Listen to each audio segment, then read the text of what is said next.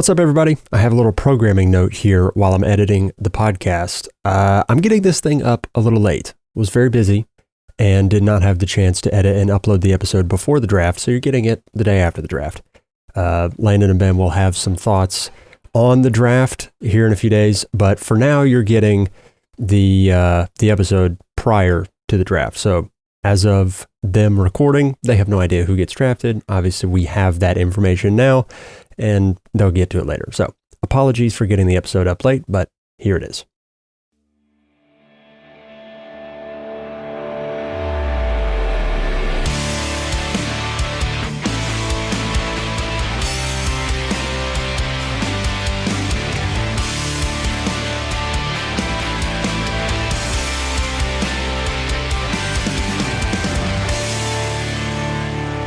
Welcome back in to the Scramble Drill Football Podcast, Divisional Breakdowns. We are on the North, NFC and AFC North. Possibly the two most exciting combined divisions, if that makes sense. Like the NFC North is loaded. The AFC North is fun. It's also loaded. It's a lot of fun. It's a lot of fun. Yeah. If nothing else, Always it's a lot of fun. fun. Yeah. Always fun. Yeah, I'm excited for this episode. It's going to be, there's a lot to talk about, a lot to go over. Landon, how we doing? I'm doing great. We are days away from the NFL draft, which unfortunately, being a Washington fan, I'm back on this being the best day of the year. I thought we were past that after last season.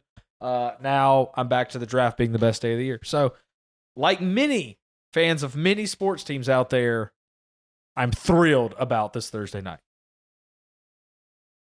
Yeah, I'm in a situation to where most of my dynasty fantasy leagues have no first-round pick. The only first-round pick I have is late in a one-quarterback league. And at the same time, the Atlanta Falcons, my favorite team, also have no first-round picks. So, yeah. I'm watching this Thursday. I'm going to be locked in. But it feels a little emptier when you have not as much vested in it, I guess. Yeah, so, nothing to pull for. Oh, well. We'll see. Anyway, let's talk divisional football. Let's start in the NFC North. Yep. We go in reverse standings. So, team who finished last, we'll talk about them first and down the order. So, I guess that puts us on the Minnesota Vikings, who had an interesting offseason. They were one of the, I guess, most talked about teams, but only because of one reason, really, and that was Kyler Murray.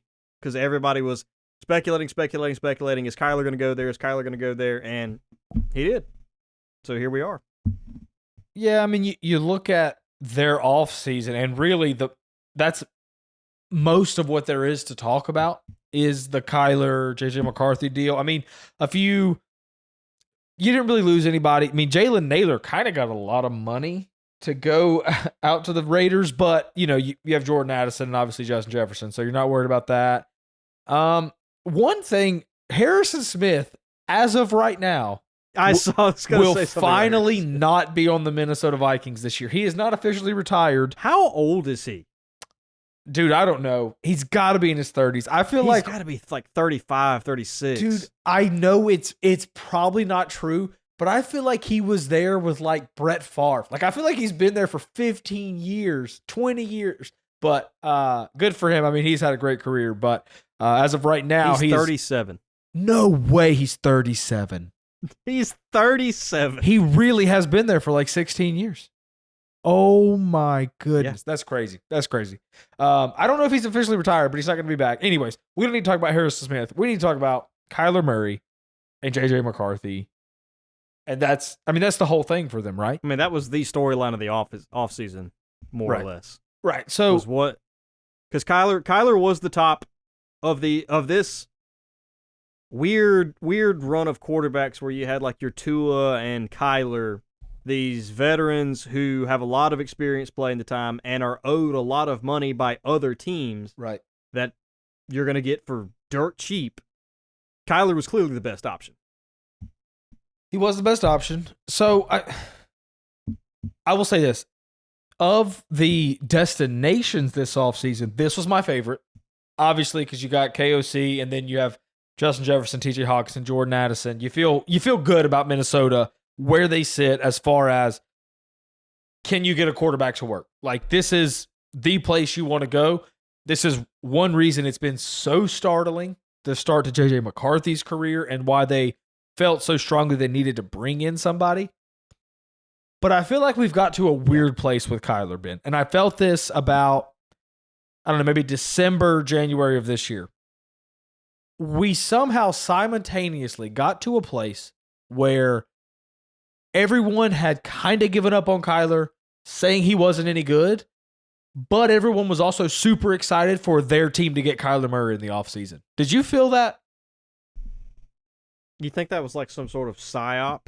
I don't know. Team to like, Kyler's not very good. I don't want him. Well, I don't think so. Like, I remember like people talking about, let's not forget, this guy was healthy at the end of last season, and the Cardinals said, we're going with Jacoby Brissett. And you may say, well, they were just trying to get a better pick.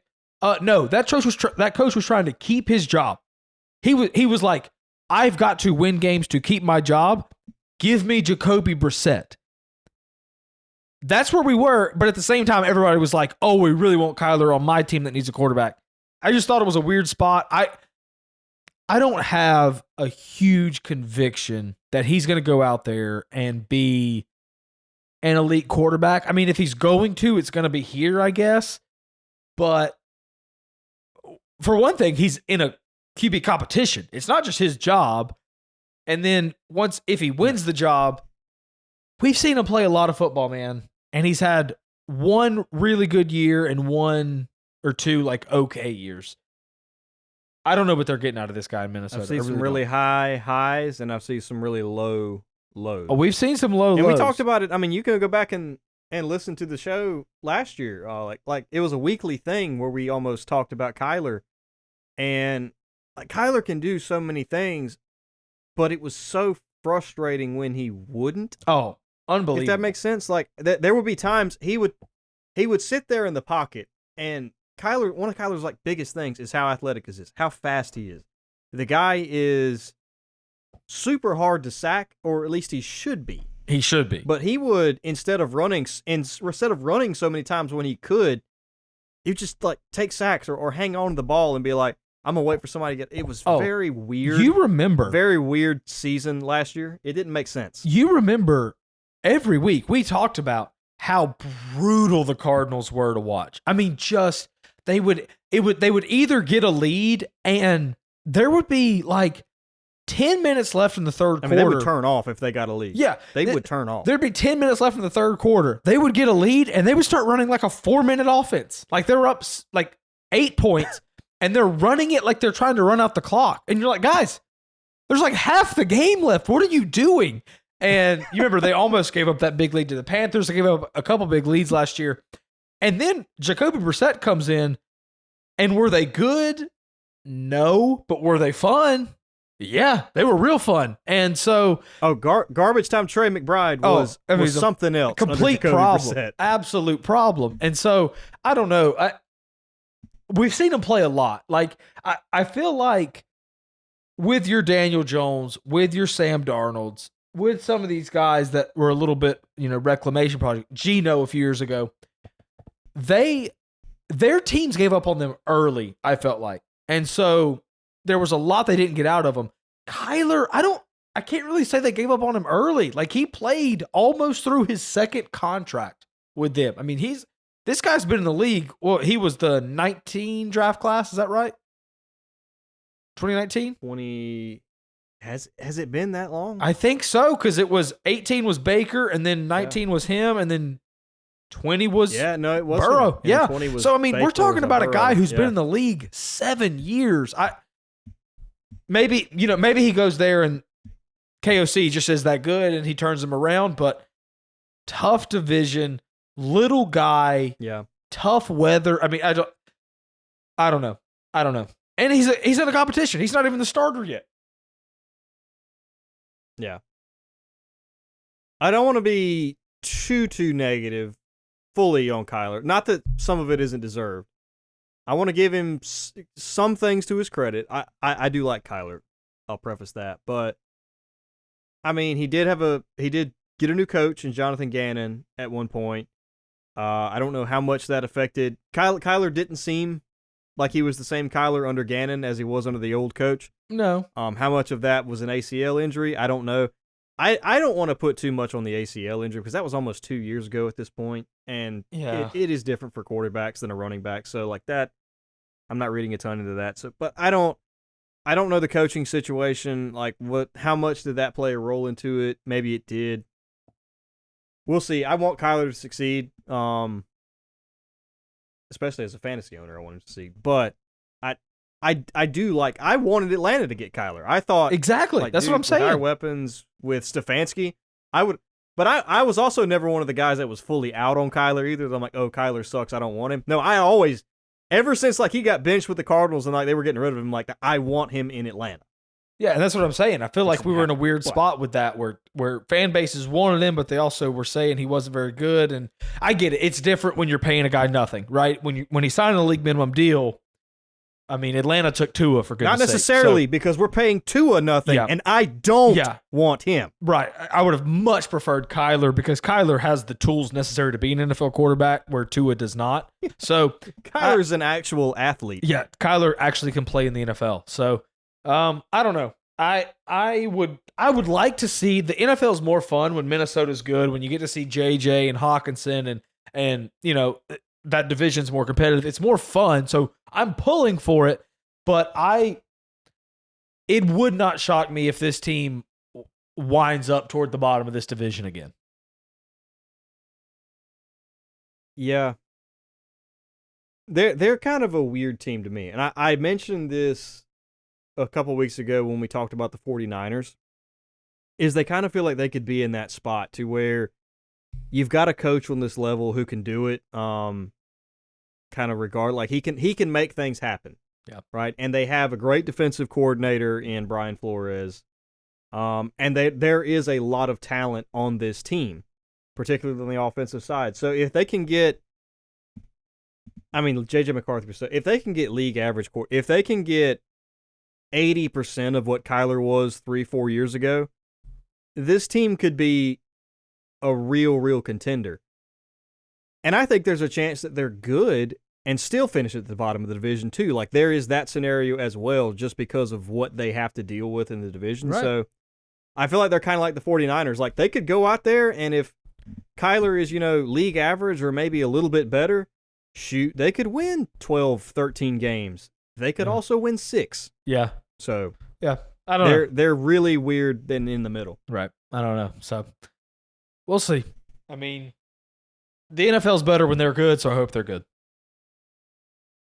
I do. I hope they're good. I own JJ or Justin Jefferson in Need it. He'll the definitely granddaddy of them all, so I want him to have an outstanding year. And we haven't even talked about McCarthy. So that would be great. The McCarthy piece of this, is this dude any good? I think we're also, I was just about to say that, we're assuming Kyler's going to, that's how bad JJ McCarthy was, is we're just assuming Kyler is winning the competition. Right. And the stark thing about it is, I think it's fair to say NFL teams are less patient now than they have been in the past with first-round quarterbacks.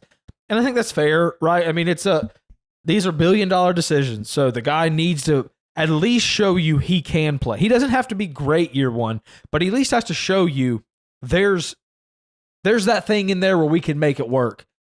And it's hard to find those moments. I mean, I think week 1 he had the fourth quarter comeback, and then after that it was like, I mean, you're really searching hard after to week find. 1, that was when we were like, okay, yeah, it's going to be fine. Yeah. And it just wasn't. Yeah, and you remember last year, I was on this. I kept saying, I have no idea what his injury is. They're not playing him. He's sitting. They're saying he's injured. And it didn't come out to like a few weeks in that it was a high ankle sprain. And I'm like, guys, this is a phantom IL like they do in baseball. They were phantom ILing him. Like a high ankle sprain, you know that within 3 hours after the game. Like they've already MRI'd him, you know it. The reporting was so weird. It was like, JJ McCarthy, he's just too injured to play. And it's like, well, what's the injury? And no one was saying it. And I was like, they're phantom ILing him because he was He's no hurt. good. Okay. That's the crazy piece of this. Like, what if he wins the job? Like, what if McCarthy's the starter? What if there's improvement? What if, I don't know. You didn't see a lot you love this past year, but who knows? That's going to be a little bit of a. I'm excited to see how this turns out. But this is fun. I'm glad this isn't my team. Yeah. I'll say that. I'm glad this isn't the team I pull for.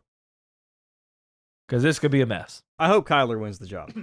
I really hope Kyler wins the job. Right. Because the Vikings were unwatchable under J.J. McCarthy. It was so bad. It's not. I don't hate J.J. McCarthy. Look, if J.J. McCarthy wins the job, I hope he is out. I hope he's an outstanding quarterback. I hope he goes out there and wins the dang MVP for all I care. Like if he's going to work out, let's work out. But I can't stomach another season for Justin Jefferson like we just had. Yeah, that was horrible. J.J. McCarthy killed the Kevin O'Connell can do anything with any quarterback. No, not all the time. not any quarterback. J.J. McCarthy sank that ship. Not any quarterback. All right. We've spent a long time on the Vikings. Yeah. Okay. Is it the Lions next?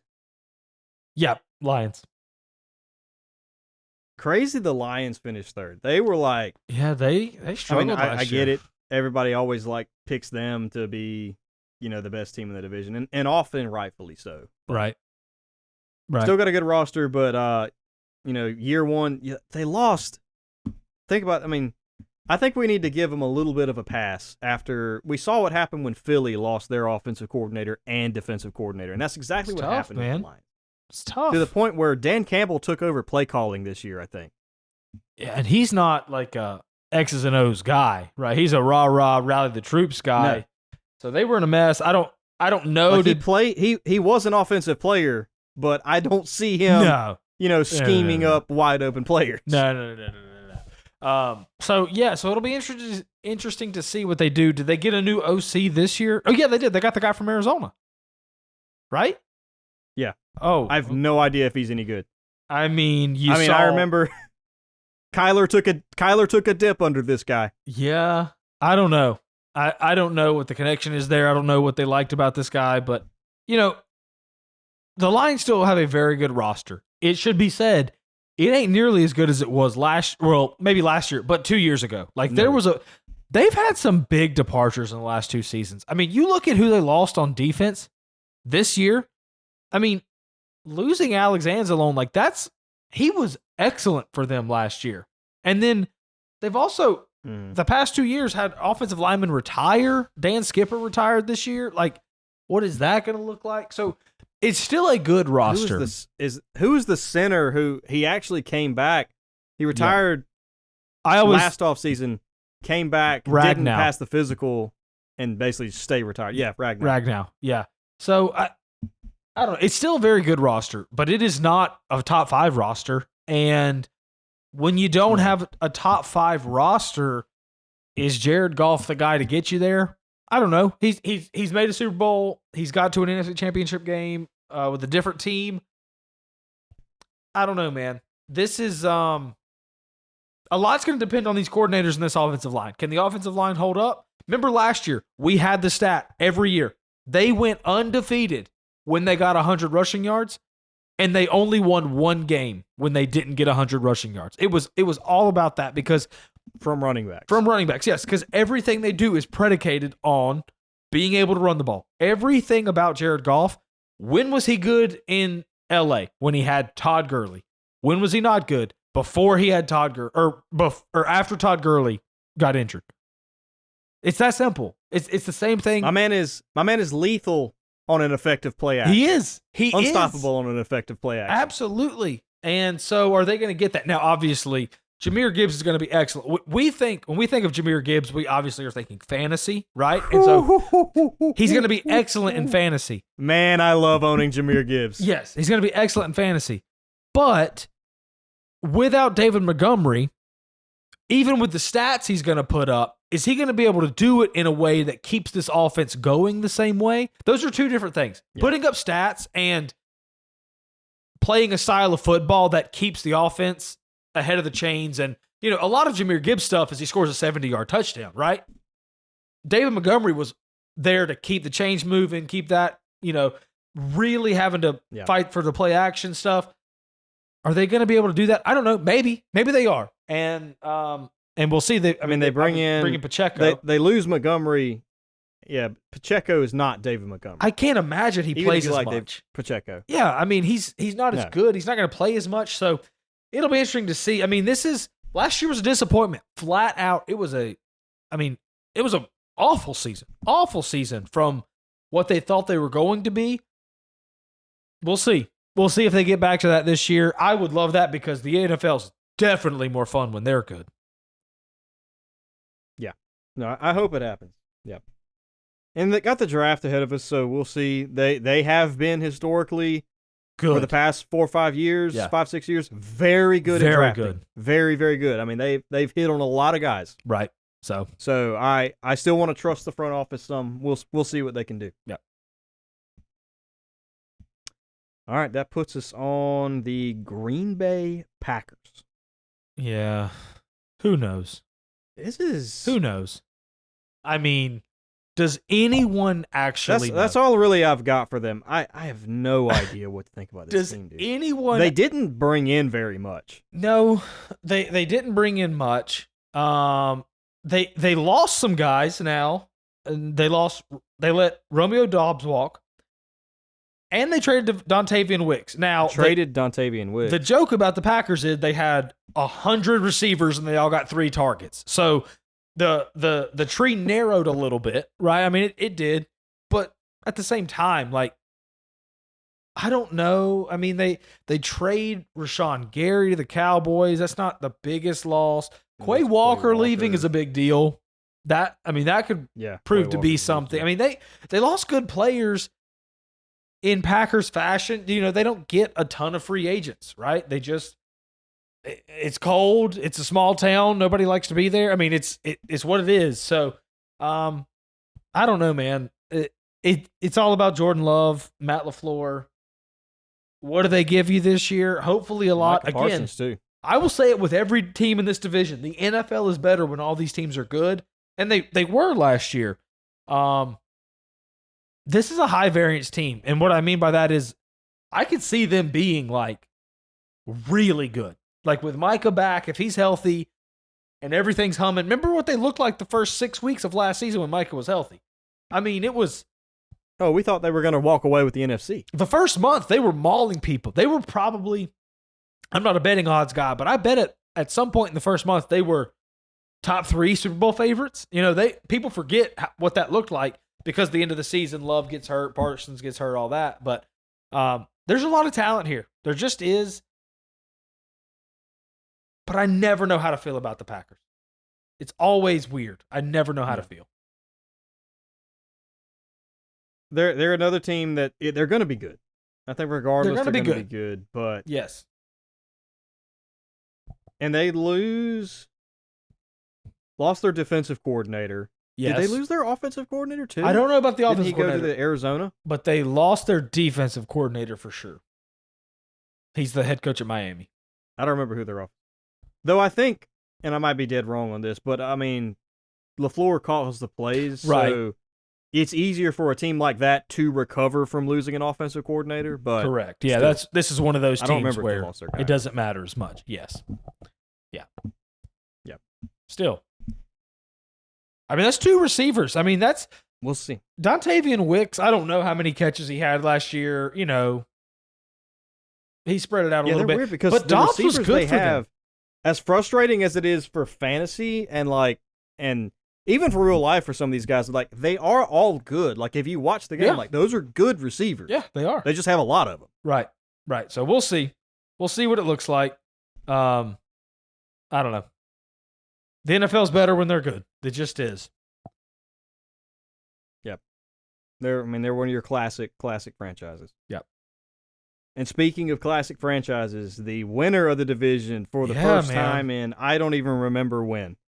The Chicago Bears. Yeah. Under Ben Johnson. Uh-huh. The man himself. Yeah. Unbelievable. Yeah, I mean they lost a lot and they a ton. They lost a lot, dude. like I'm shocked. I'm looking at this, all these things they lost. I mean, their whole defense and their defense wasn't outstanding last year. They were very good. I think they were first in turnovers, if I'm not mistaken. Like, they caused turnovers for sure.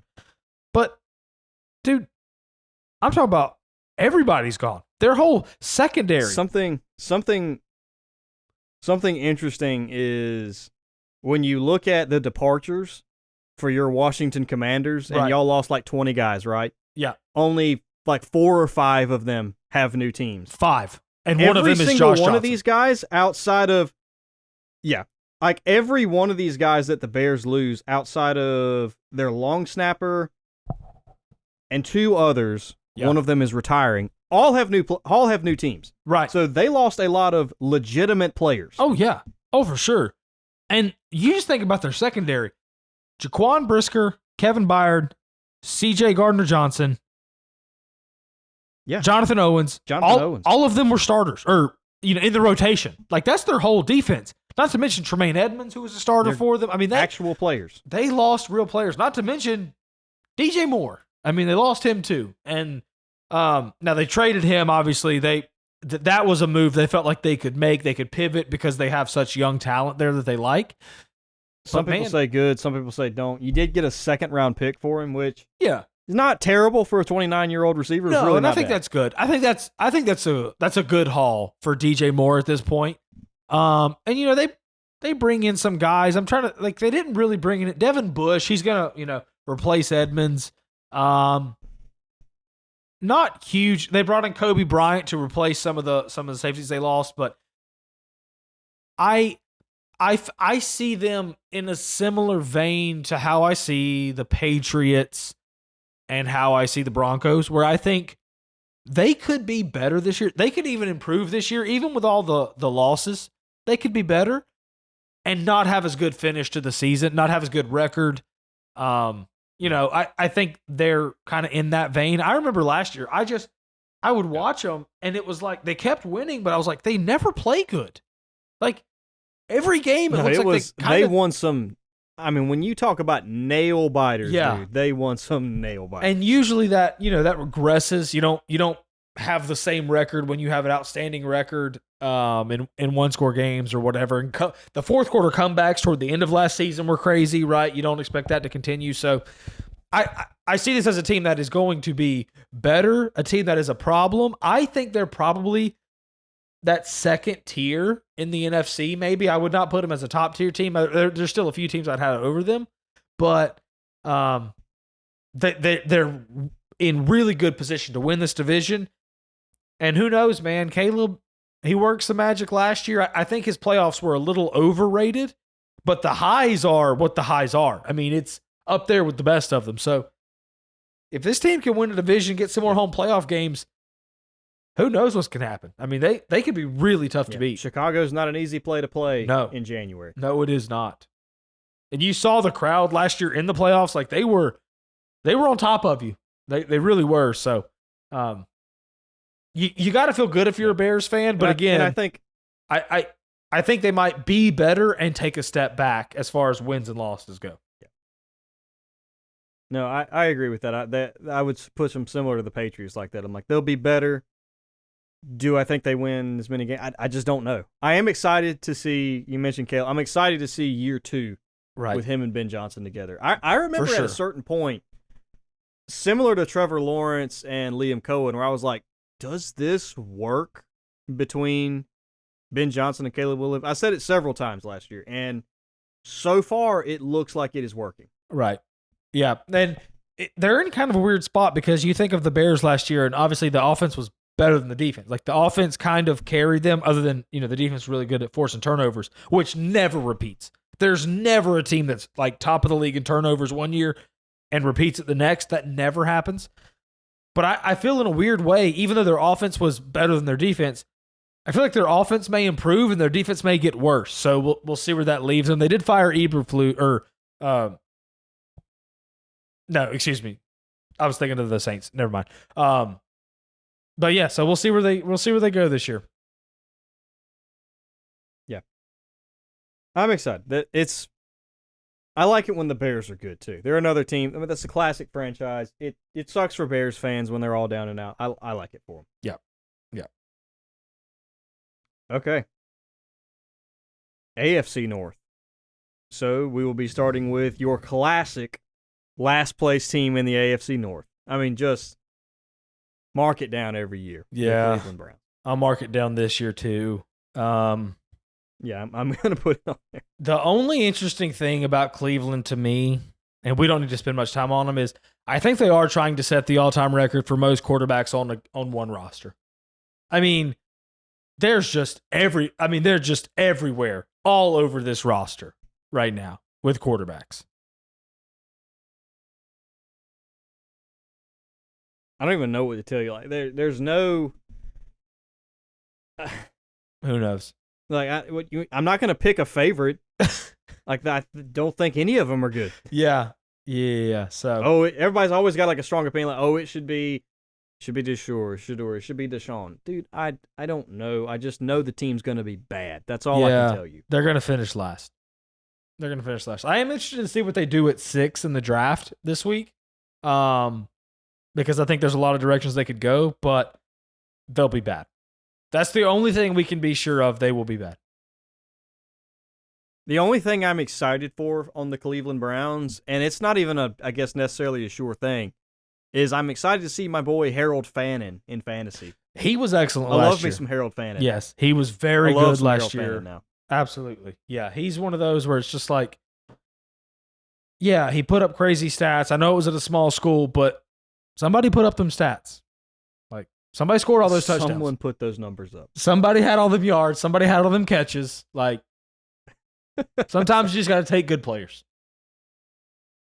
They're another one, too. You look at the players who departed, and they lost 1, 2, 3, 4, 5, 6, 7, 8, 9, 10, 11, 12, 13, 14, 15, 16, 17 players. 5 have new teams. Yeah. They didn't have any good ones, Ben. This is what happens when you have they no didn't good bring players. in like a ton of elite talent either. And I think I only see 2 starters. So, yeah. You lose 17 guys, 2 get starting jobs. What do you want me to say? It's going to be another long season. It's going to be a long season. A long season. You know, the sad part is somehow or another, the AFC East has 2 teams worse than you. So you might not get but the 3rd overall pick. Oh, goodness. Yeah. Because they're going to do it again. They're going to luck up, and they're going to beat probably the Steelers and the Bengals at least once. That's the thing. That's a couple wins. They're going to win 5 games, and they'll beat all these teams once. It's like, it's crazy. It's crazy how they do it, but yeah. Yeah. Set your clock. I mean, it's going to happen. We're about 18 months away from Myles Garrett demanding a trade and getting a huge new contract. It's about that time in the sports calendar, so just watch for that in about 18 months. I don't want to be here anymore. I want to win. Here comes $45 million. Yeah, what about 50 a year? Okay, fine. I'd take it too. Yeah, I'm not mad. I said it last year after he had like the press conference about being tired of losing and all this, and I was like, dude, I don't blame you a bit for taking all that money. Who's going to turn that down? Blah, blah, blah, whatever. I do blame you. When you take it, you can't complain about losing because you signed up for it. No.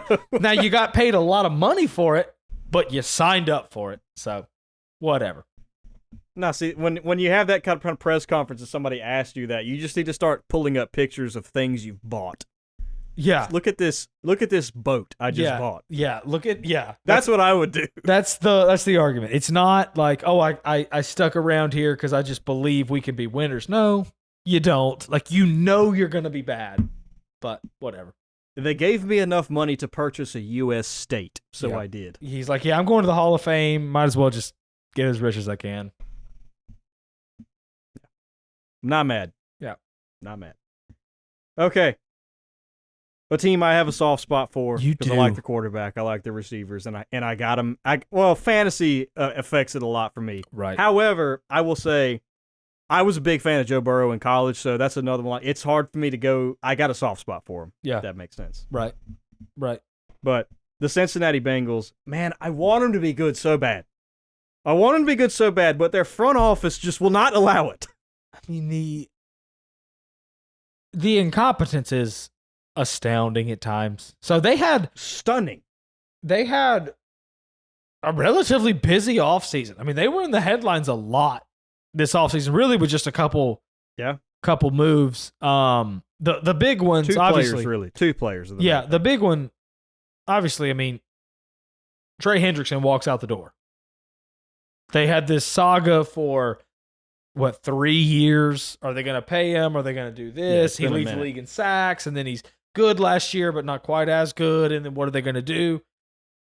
And he walks out the door, and he goes to your division rival who you're trying to chase down, who's been better than you the last few years. Just because you won't pay him, I don't know. Is it the right call? Like, do I think Hendrickson's best years are ahead of him? Probably not. But it also left you without any pass rushers. Yep. So the Bengals realize, oh, hey, we need help on the defensive line. So they trade the 10th pick for Dexter Lawrence. And I don't know what to feel about that one, honestly. So I've been back and forth and back again on whether I like this move. And let me say this. The 10th pick is too much to pay for Dexter Lawrence. Like he is not good enough to warrant the 10th overall pick. I will say that. But the Bengals did something that I think is actually, their thought process was actually smart here. This is a belief I have held. You know this. We have talked about it over and over and over again. The 10th pick for the Bengals is not the same as the 10th pick for the Seahawks or for the Rams or for the Lions. And I'm not talking about the different draft classes. I'm talking about they're not good at this. Like, the really good first-round picks they've had. Let me help you out. One of them was the 101 in a draft where everyone knew who was going. And one of them, that quarterback they drafted with that 101, kind of made the decision for them at the 105. And they took Jamar Chase. Like, those are the only two really good first-round picks they've had. And they're just not good at it. They had a good second-round pick in T. Higgins once. T. Higgins, yes. And that was the first pick of the second round, right? But that's the last thing I can remember. Yeah, but the thing about it is, like, I like the thought process of some teams. Instead of taking their pick, which they're going to mess up, just go get a guy who you know is really good. Now, I would have liked for them who they have to pay, by the way. Who they have to pay, right. Now, you don't have to pay him as much as Hendrickson got, so there's that. I would have liked to see them get maybe a little better deal than, Lawrence. Maybe they could have got a third back or something like that. For the 10th pick, that would have been a lot better, obviously, but the thought process I get, I just think even with the thought process being what it was, they paid too much. Yeah, I've listened to a lot of people just talk about Dexter Lawrence. I don't know what to think. I mean, I know he's one of the better defensive tackles in the league. However, he did only have half a sack this past year. Yeah. On a defense with Brian Burns and Abdul Carter and all these guys. Like, you tell me they're not taking enough double teams where you can get more than a half a sack, bro? That's true. I think I never want to question somebody's effort in the NFL because if you're not playing hard in the NFL, you get hurt. So all the guys play hard. But there were times last year where I thought, he seems to have checked out a little bit on this franchise. And obviously he gets what he wants. He gets out of there. He knows they're not winning. Yeah, he gets out of there, gets what he wants. But the Bengals, man, we know what they're going to be. We don't have to guess what they're going to be. Like, as long as Joe Burrow is healthy, which has become more of a question mark in recent years, they're going to be really good on offense, and they're going to give up 30 a game. And we'll just see where the chips fall. We'll see if they can just outscore whatever they give up. I agree with you. I like, instead of screwing up the pick, and they know, beyond the shadow of a doubt, they need help on defense. Like, their offensive line is not incredible by any means, but I think their offensive line is not as bad as people want to go out there and say it is. Either like, oh, Joe Burrow's going to die every game. Like, their offensive line isn't that bad. Yeah. It's not incredible, but it's not that bad. I mean, the defense is that bad. It doesn't help. It's beyond that bad. Chase Brown, again, when you think fantasy, Chase Brown was good in fantasy last year. They could not run the ball last year. Like, Chase Brown makes plays in other ways, right? He gets involved in the passing game, these kind of deals. They couldn't run the ball. So it doesn't help your offensive line when your defense is giving up 25, 30 points. You can't run the ball. So the defensive ends just know, okay, we don't really have to worry about running it. We can just pin our ears back and get after it. That doesn't help your offensive line. That doesn't help Joe Burrow, right? But we know what this team is. It's what this team has been every single year of Joe Burrow's career, including the one they made the Super Bowl. Not great on defense. Hopefully in the playoffs, if they get there, which they haven't gotten there in a while, but if they get there, hopefully they can have a few turnovers, and we'll see what Burrow's able to do. And that's just what it's going to be. Yeah. I hope they get in, but I mean, I do see it's going to be another season where, like, the Bengals are going to be good in every game, right? Every game's going to be competitive, and towards the middle end of the season, we're going to be staring down, like, can they scrap and fight? They're going to be a wild card team. If they get in, they're going to be a wild card team. They're probably not going to win this division. So it's going to be one of those, can they fight and scrap into the playoffs? And the biggest thing... And if you get in the playoffs, again, with a guy like Burrow, anything can happen at that point. All I need to do is get them in there. Can they get in the dance? And then I know teams don't want to deal with him because they've got a track record. They have beaten Patrick Mahomes. They have beaten Josh Allen. They can go head to head with these guys. Right. I mean, the big problem is going to be, but we'll see. If it doesn't go well, I mean, what kind of noise does Joe Burrow start making?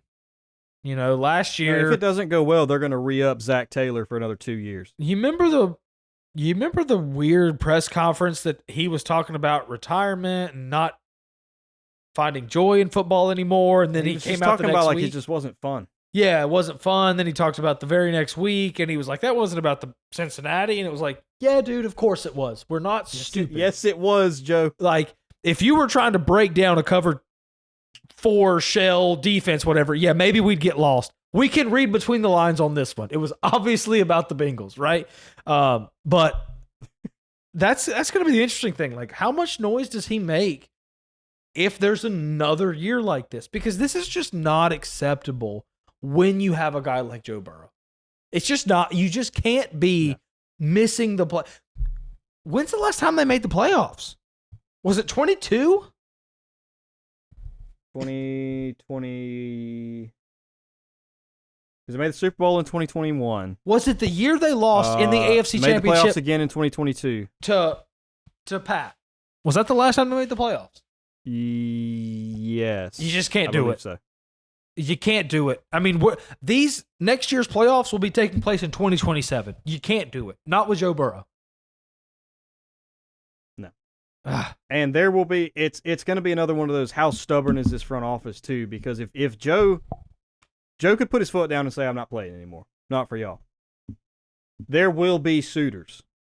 I mean, my gosh, there will be 27 teams calling. Yeah. The only teams that will not be calling, well, I guess there's more than that, but still, like, over half the league will be calling with serious offers. The last time the Bengals had a really, really good quarterback. I know Andy Dalton was a very good quarterback for several years, but the last time they had like a really, really good quarterback, this is what it came to. It got Carson Palmer in the 2000s. It just came to a point where he was like, he came out and said, I will play for another team, but if you guys keep me, I'm retiring. And he got to Arizona and had some success there, if you'll remember. I mean, he was good with Arizona. So, yeah, I don't know, man. I don't know. It's hard to imagine how poorly they handle every situation. Like, it's so rare where they make a decision where it's like, man, that was really good that was sharp by the Bengals. Or they make a draft pick and it's like, man, they did an excellent job there in the 4th round. It's like, no, it never happens. Never happened. Maybe Chase Brown in the it's fifth or whatever he went. It's a trickle-down effect, too, because, I mean, if Joe's not happy, Jamar Chase talks.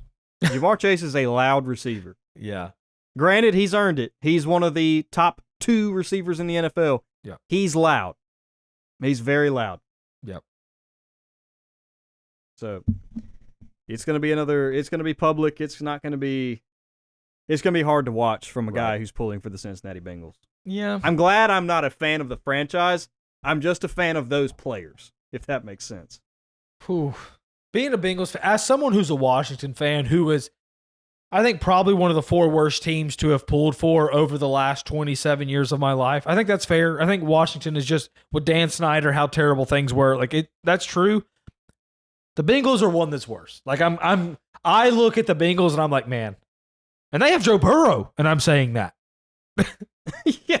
I got Joe Burrow. You have one of the top 5 quarterbacks in the league. And I'm like, gosh, I'm glad I'm not them.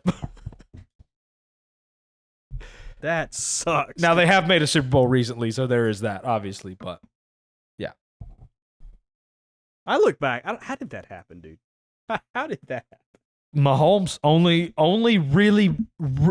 terrible playoff half Mahomes has ever had outside of the Super Bowl was that second half, 21. Yeah. It's crazy. All right. Another team that was incredibly disappointing, and another team that, as much success as as much success as they have had, yeah, this team has been disappointing. Yeah. And that is the Baltimore Ravens. Yeah. And again, it's another one. You have Lamar Jackson. Get it done. I mean, and you saw the urgency this year, letting Harbaugh go. And everyone knows Harbaugh's a really good coach, and he had the pick of the jobs he wanted. But I get it. Like, I understand doing it. And there's a massive risk that this new coach is not going to be as good as John Harbaugh. Like, I would say it might be likely. It might be above a 50% chance that this new coach is not going to be as good as John Harbaugh. And I'm just ready to take that chance. Just because you haven't gotten it. Well, same thing that happened with the Buffalo Bills. Yeah, He had a good coach. Everybody knows he's a good coach, but we haven't gotten there. Now, we have seen Harbaugh. Enough's enough. We've seen Harbaugh win the Super Bowl, so it's a touch different where we never see McDermott do that. But like, who knows if Jesse Minter's going to be good? He does have some Mike McDonald in him.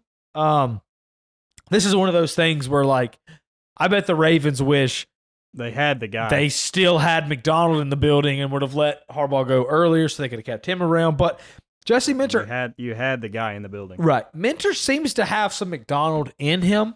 Now I'm not saying he's going to turn this thing around and they're going to win the Super Bowl like McDonald did, but like, I get it, it's a risk. Like, there's a good chance Minter's not going to be as good as John Harbaugh. It was just worth taking it, I'm just not interested when you have a Hall of Fame quarterback in having the hard second round ceiling that they've had. I mean, I know they've made one AFC championship game, but that's not enough when you have Lamar Jackson. And I know the AFC is brutal, and I know the quarterbacks are crazy good in that conference, but it's just not good enough. No, it's not. And yeah, I mean, same thing you said. This is why we see it happen. But they were busy during the offseason. Absolutely. Mainly, the big one is Trey Hendrickson coming in, which is just brutal for the Bengals. But it's great for them. And then, obviously, the debacle of the Max Crosby trade. So that's the thing. And we are 1,000 years late to the party on this one. Everybody's already talked about this. But, dude, they for sure did not find anything in his medicals. Cold feet. It was not his medicals that made them take this back. They just had buyer's remorse. For sure. Have you seen him talk this about... is a team that, like, never trade first-round picks. No. And then they trade 2. Yeah. They flat out got cold feet. Have you seen Crosby talk about, like, have you seen the interview where he talked about his experience with the Ravens? I feel like I've seen. Dude, that's the thing, man. I feel like I did see a clip of that. That's the thing. Like, if this would have been 20 years ago and this would have happened, like, maybe the guy gives up a press conference or something. Maybe he talks to one reporter and they write a story about it in the Las Vegas Times or whatever magazine they have out there. Nowadays, you do this to a player, he's just going to go on a podcast and tell everything. And Crosby did, dude. And it was weird. Like, he said he got there. First off, they flew him out, not private. Like, they didn't fly in private. And he flew into D.C. and had to take a 2-hour ride to Baltimore, 2-hour car ride after the plane ride. That's crazy. And he said he got there and he was there for an hour or something like that. And no one came to, not a coach, no GMs, no anything came to meet him before he got got examined or whatever. And then he was there like 5.5 hours the whole day. And they only got to him like right when they had their meeting at the end. Like, he didn't see Jesse Minter or the GM or anything for hours and hours that day. And it's a crazy situation. They just got cold feet, flat out, period. And that's... If you trade 2 first-round picks for a guy like... This dude is like airlifted into the stadium in front of the fans. Like, it's crazy what you do to a guy with that pedigree. He shows up. He flies into Baltimore with 5,000 screaming fans at the airport. Exactly right. And I think as soon as this broke, you texted in our group chat, the first thing I said was, because Hendrickson was still out there, I said, Hendrickson's a Raven, obviously.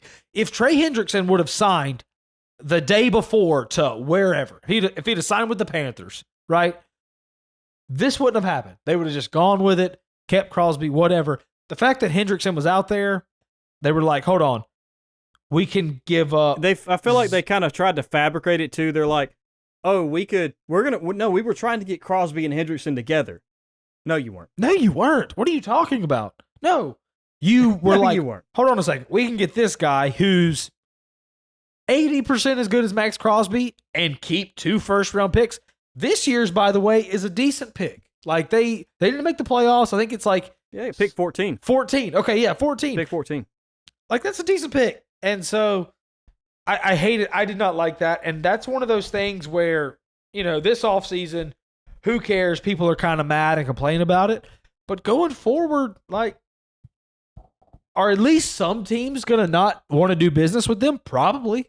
I don't think that's what I've seen a lot of people say. I don't think it's the end of the world. It necessarily is going to just slam the door in that. No, it's going to give. It's at least going to be a talking point for like the next couple years. If anytime the Ravens make a trade, yeah, like that's all social media is going to talk about. And look, GMs, if there's a GM out there that wants to make a deal with them, it can still happen, right? Like I said, I don't think it's closing the door, but I bet you there's at least a few teams that are saying we're just not going to do it. Like I bet you the next time that GM calls Vegas, I bet they hang up real quick. I'll tell you that. That's one team that they're not going to do business with. We are not going to speak right now. Yeah, and so I don't know. I don't think it's a great way to do business, but in the end, they get Trey Hendrickson. They keep their picks. Probably better in all reality. Like I said, Crosby is certainly better than Hendrickson, but would I rather have Trey Hendrickson and 2 first-round picks or Max Crosby? I'd rather have Trey Hendrickson and 2 first-round picks. No, I absolutely agree with that. Yeah. But you just can't do what you did. So it's crazy. It's frustrating. It is what it is. I would have loved to see the Bengals respond and try to go get Max Crosby instead of Dexter Lawrence. Yeah. I think the Bengals still should try to do that, but they don't have 2 first-round picks anymore. So is what it is. Yep. Look, we'll offer you Tua Tagovailoa for Max Crosby. That's a big offer. Big offer. That's a big offer. Yep. We'll take him. Yeah. But yeah, I think Baltimore. I think they should be the favorite to win this division. like pretty easily, wouldn't you say? Not easily like it's going to be an easy division to win, but like I just think they should be the favorite. I mean, you would think, but weird things happen in that AFC North, man. Weird things happen. This division is haunted. Yeah. Anyway, a team that, in all regards, how do they even make the playoffs? And then they win the division. The Pittsburgh Steelers. Yeah. What is this team? Yeah, it's just one of those where like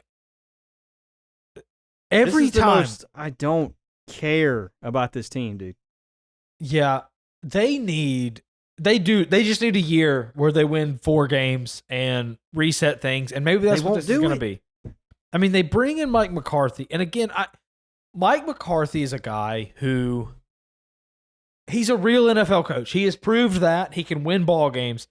That's the last thing I would have wanted if I was a Steelers fan, because he's the type of guy that's going to come in and probably bring Aaron Rodgers back. You know, he coached him in Green Bay. It didn't end well with them, but now it seems like they're kind of made up, at least on the outset or whatever. But he's going to bring him in, and they're going to find a way into 8 wins or something. Like I don't know. I just the Steelers are. I can't believe I'm saying this. I said in the NFC North, the NFL is better when all these teams are good. The NFL might be better if the Steelers were bad for a year or two, so they could eventually be actually good, it really would. Not fake good like they've been the last 6 years. Like, it's every year you're watching the Steelers, and the media has to, and I get it, but you're talking like, well, the Steelers have won this many games and they're poised to make the playoffs. Are they, what does their postseason look like? Are they a threat? And like every single person who watches the NFL is like, obviously, no. They are not a threat to get past the wild card. For sure, not a threat. The conversation just has to be had because they keep squeaking in. They find a way, man. It is amazing how they find a way that should say something. And Mike Tomlin, obviously the big news. Tomlin walks out the door, and it was like a mutually parting ways type deal, right? And he's going to take a job in media for a while. It is impressive how he was able to do that, how he was able to continue to never have a losing season, win games. But honestly, I don't care. Like, I don't care about just not having a losing season. I'd rather have a lot of really good seasons. And after his first few years, obviously they just didn't have enough of those. And I don't know. Dude, if they win this division somehow, some way, I'll tip my hat to them again. But it'll be boring. I know that. Yeah, it'll be boring. And their only path to winning the division, as exciting as this division is, you've got to get past the Cleveland Browns, who are, I'll give it, they're always a sticky out because they play you tough, but you should go 2-0 against the Cleveland Browns. And then you have the massively mismanaged Cincinnati Bengals, which they should be better than the Steelers on paper. And after that, their only other chance is the Ravens have a season like this where either Lamar is hurt or they just have this, they fall apart. It's never because the Steelers were a dominant force. It's always something else in that division collapsed and the Steelers were able to get through. And the Steelers were just steady. And look, there's value in being steady, but come on, man. And I will say, yet again, for the 100th year in a row, Aaron Rodgers in the offseason is holding up the entire plans for the team. Oh, he's doing it again. Aaron Rodgers' plans for the offseason is to get in there and make it about him. Yeah. And look, Aaron was one of my favorite players as a kid. I've always loved him. It is very frustrating. And I'm glad I'm not a fan of a team he's done this with. But at the end of the day, you sign Aaron Rodgers, even if you sign him to a 1-year deal like they did last year, this is what you sign up for in the offseason. Like, you just don't know if he's going to play. And he's going to hold it up, and he's going to go, and he's going to do some drugs in South America, and he's going to do whatever he's going to do. He's going to hang out on the beach. and you'll hear from him in July, and we'll see then. And it's terrible. It is the opposite of what you want your starting quarterback in the NFL to do. But when Rodgers is your guy, this is what you sign up for. I mean, this is what you get. I do. Again, I don't like it for their ability to like find they. Because I agree, we have a buddy Jake, who's a massive Steelers fan, and he's in the boat of I want us to win 0 games this year. Like, just please have a bad season, get us number 1 overall pick. I mean, at a certain But if we're going to point- do this, I do like a couple of the moves. Like, I like the Michael Pittman move. You trade Yeah. a 6 and you get Pittman in a Dude. second. Like we talked about it when we talked about the Colts. I still think Pittman is a good receiver. I A didn't- 6th-round pick. So I didn't That's great. realize. I didn't realize how low they traded him for. They traded a 2026. They traded. What did they trade? They traded a 2026 sixth Pick and got 214. and got Pittman and a 7th. That's Nothing. crazy. That's insane. I mean, he's And a much better player. I think than it's because and then they signed him to an extension, so maybe that was part of that was the a huge reason part the of Colts it. were like, Yes. we're not going to extend you, but Yes. still, like that's I think and I know you think that Michael Pittman is a good receiver. That's an actual is. NFL receiver, a He very is. good one. He is. Yeah. And so, So and I do like that classic move Cam for the Steelers. Cameron so, Hayward coming back. So, but yeah, I mean, yeah, it's I mean, just- obviously Cam Hayward's coming back. this is the only. I have nothing against the Pittsburgh Steelers. I actually do think the NFL is more fun when they're very good. But I'm so tired of them being fake good like they have been. I'm pulling against them. I am. I just want them to be. They need to. I will tell you this. It would be If the Pittsburgh Steelers want me to be on board, go ahead. it would be awesome for them to get one of the top 3 picks and get a real quarterback and become good again. I would love that. But I'm so tired of this 9 wins and bounced by 25 points in the first round of the playoffs. I'm so tired of it. Like it sounds like we hate on the Steelers, and we do a little bit, but it's not the Steelers' fault. Like if you go out there and put up an actual playoff contender Yeah. that could actually go to an AFC championship, I'll pull for them. I'll like them. Yeah. I'm okay with that. Yeah. Stop clogging up a playoff That's spot in where the we're AFC.